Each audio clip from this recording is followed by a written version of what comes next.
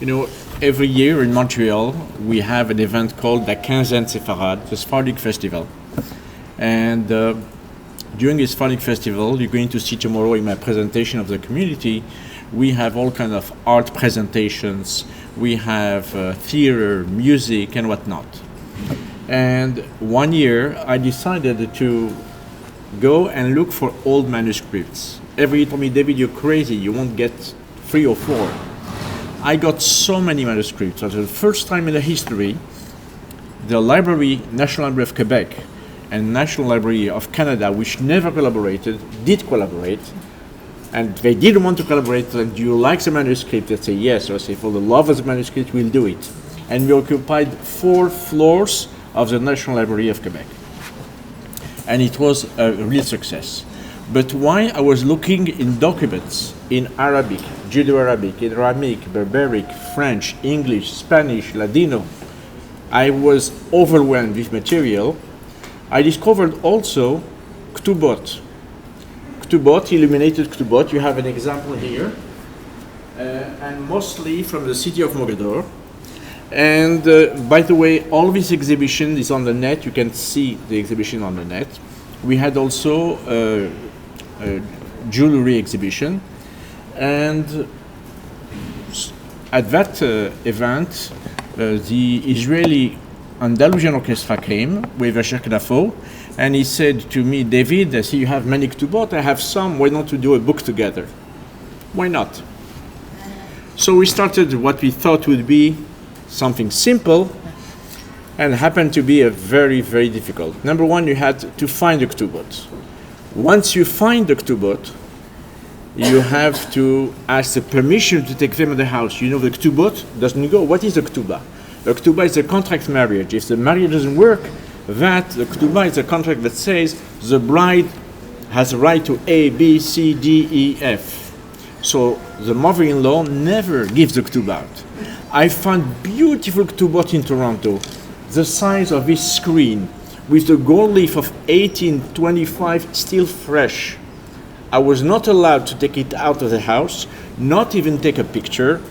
And I made a book. The book is circulating here, yeah? A book of picture, and I could not introduce everything in this book.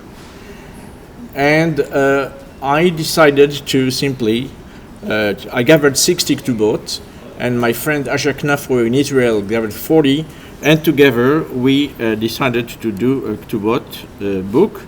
And we decided to focus on Mogador because in Mogador it was a tradition.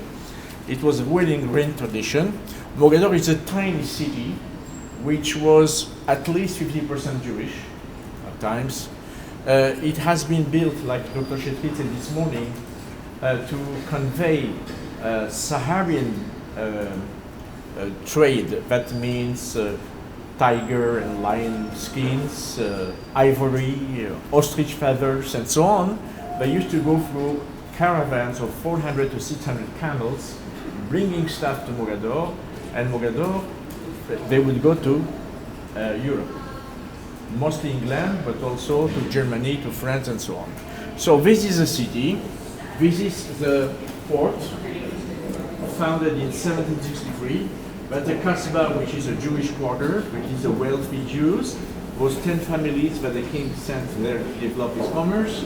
You had the Jewish quarter, then you had here the Muslim quarter, and later on the French came here.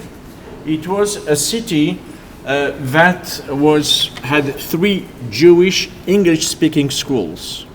Okay, so they spoke English and mixed the English with Judeo-Arabic. It was quite funny.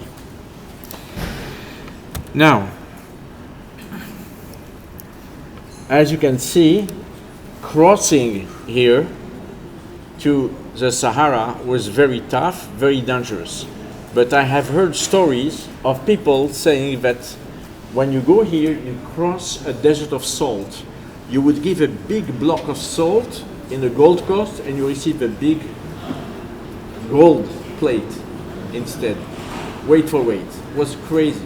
Like you take the salt on the ground and you get crazy. And those families became extremely wealthy until 1880, where the French penetrated Senegal and Africa, and the British the same. They didn't need this trade, and some very wealthy families lost everything. Some others saw the wind blowing, changed, invested in Europe and elsewhere, and in America, and I'll speak of that tomorrow. So, Ketubbot were kept in a very, very bad condition. I went into houses where I had documents in drawers stuck one on top of the other. You put your finger, it becomes sand. I took the drawer, put it in double plastic, went to Ottawa to the National Library. I said, you have to save these documents. And they did. What they didn't know is that 2 or 3 weeks later, I'll come back with another one. That was step number 1. Step number 2, once I had the ketubah, and it's a process of 3 to 5 weeks with all kinds of sheets to save it, then you had to take pictures. Then I went to National Library of Quebec and said, you have to do something.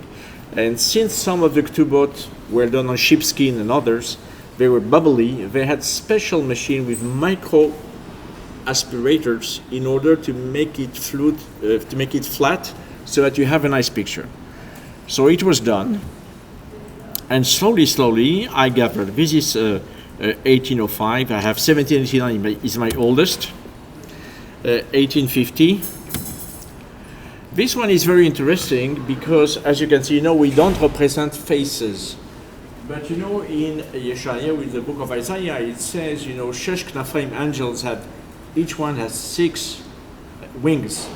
So they present somebody with 6 wings with the faces, so it's not really human. It's half angels, half humans. And this is from those families. This is another one. As you can see here, this one was Consul of United States. Being consul gave you a lot of rights. You didn't pay taxes for things. And if you count the stars, you see it's around 1860 or so.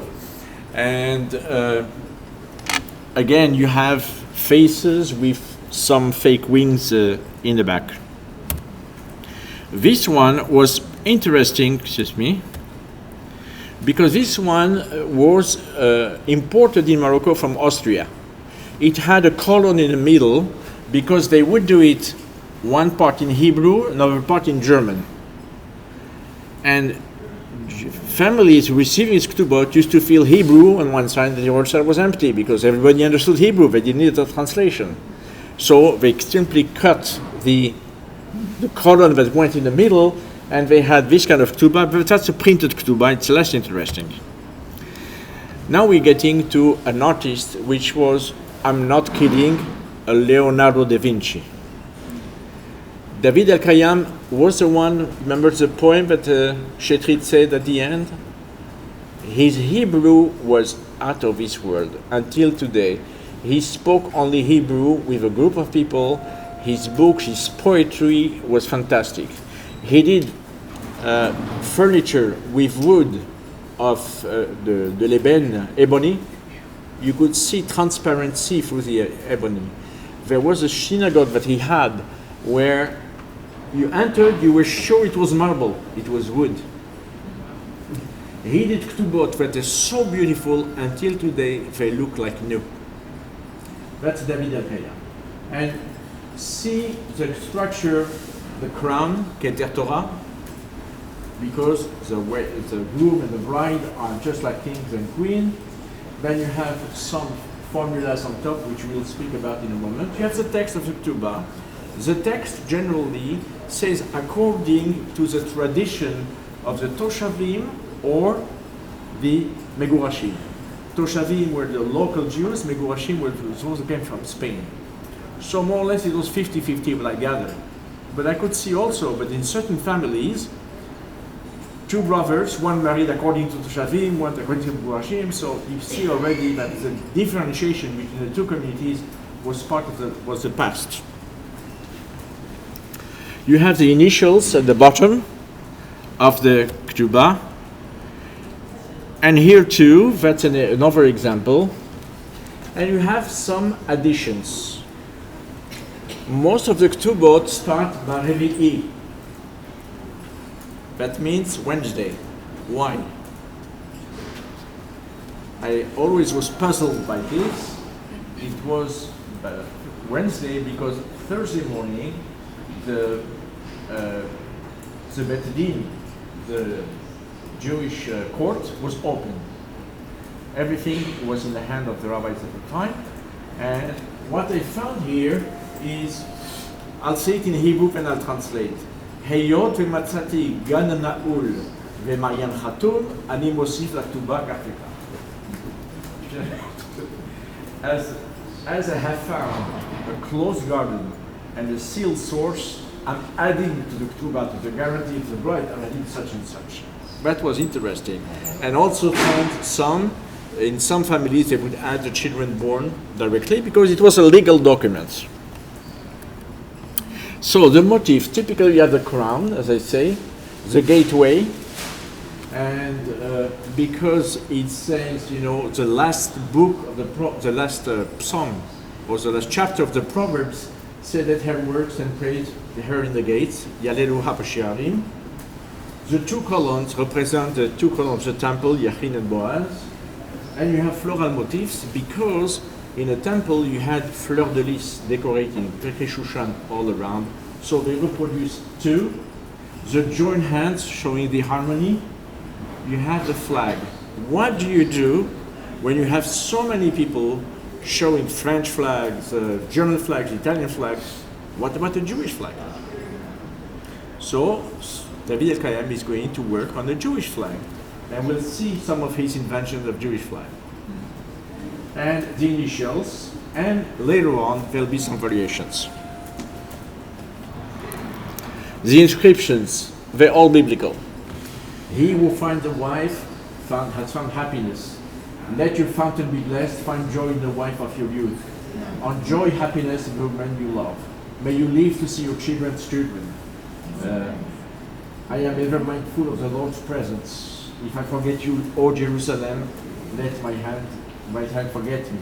So those things you find, and obviously the sound of mirth and gladness, the voice of victory and life, Kol Sasson and Kol Simcha, and so on.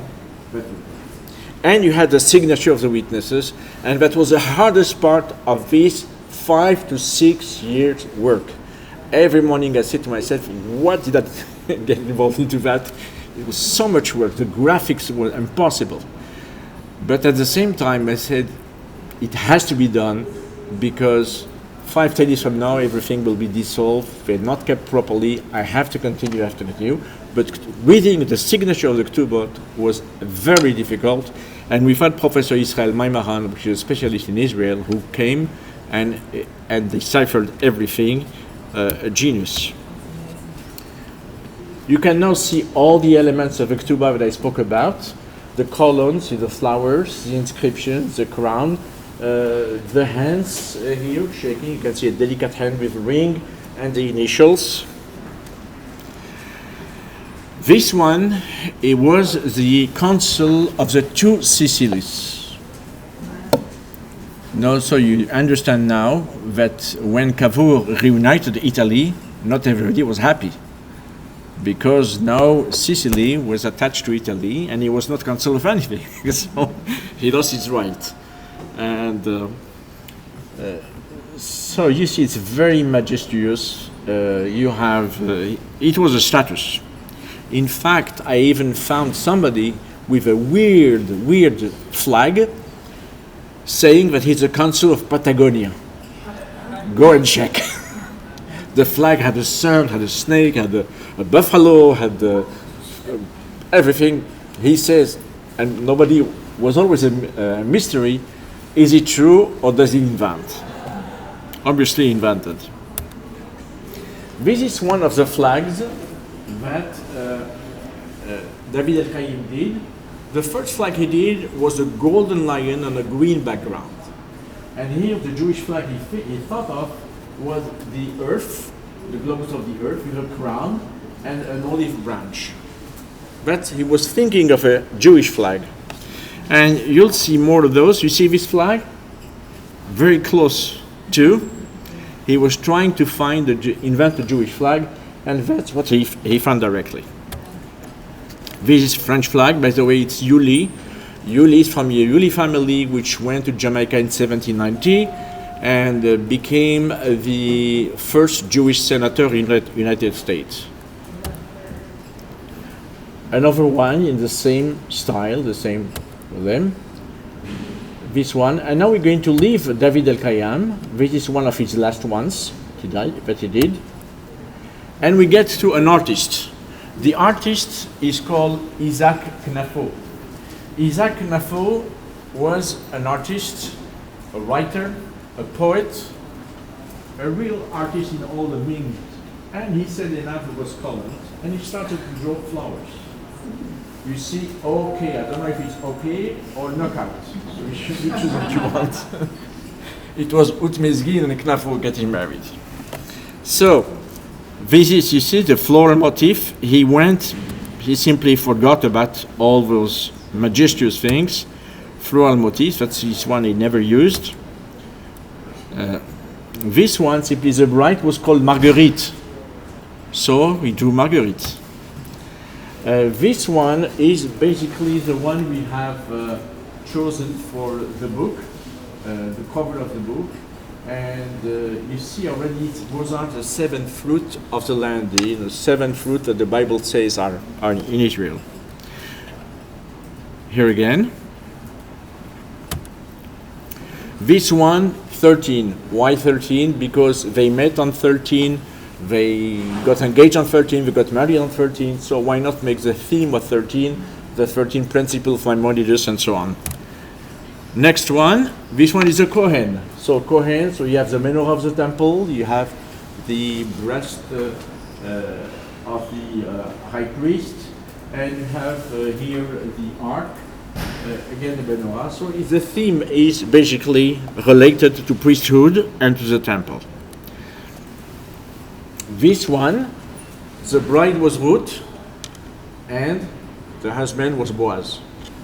So, Ruth and Boaz, so it's basically in a field, and you can see it's in a kibbutz even, so you have the tower, the water tower, the kibbutz, and that's it.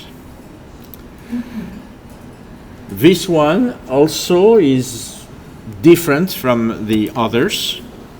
This one is somebody else called Sheriff who went back to the old style, but you can see here they have pictures. Starting in 1952, the rabbinate asked people to add pictures because someone left for Israel with a very young chick that was not his wife. So to be sure, they asked simply to add, and from now on they had pictures on all the Ketubbot. And you can see here the Israeli flag. Okay.